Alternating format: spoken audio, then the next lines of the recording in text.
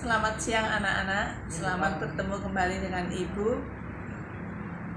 Pada kesempatan ini kita akan mempelajari berimajinasi melalui cerita fantasi.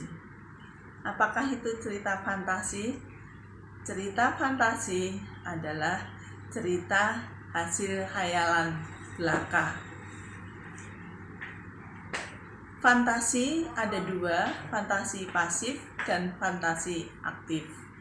Fantasi aktif, fantasi yang dikendalikan oleh kemauan. Contohnya, perancang busana, pelukis, penulis. Sedangkan fantasi pasif, fantasi yang tidak dikendalikan oleh kemauan. Contohnya, melamun. Orang yang melamun itu tidak dikendalikan oleh kemauan. Adapun unsur cerita fantasi terdiri dari tokoh dan watak tokoh. Misalnya tokoh A, bagaimana perwatakannya. Tokoh B dalam cerita itu, bagaimana perwatakannya. Keajaiban yang terjadi pada cerita fantasi ini tidak ada pada dunia nyata, yang ada hanya pada dunia fantasi. Si tokoh memiliki keajaiban tertentu. Latar dan alur. Latar itu ada latar suasana, latar tempat, latar waktu. Alur, rentetan terjadinya suatu cerita. Bagaimana menceritakan kembali isi cerita fantasi? Yang pertama perlu diperhatikan adalah kelancaran bercerita, kesesuaian cerita, lafal dan intonasi, ekspresi, dan kepercayaan diri.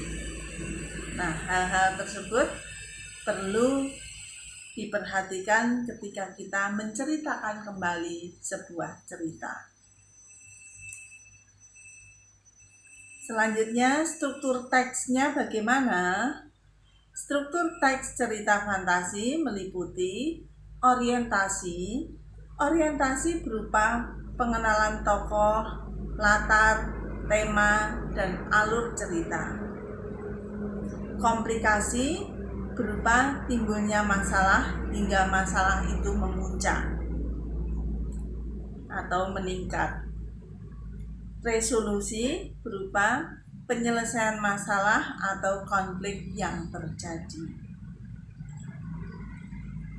Nah, itu tadi secara teori bagaimana kita berimajinasi.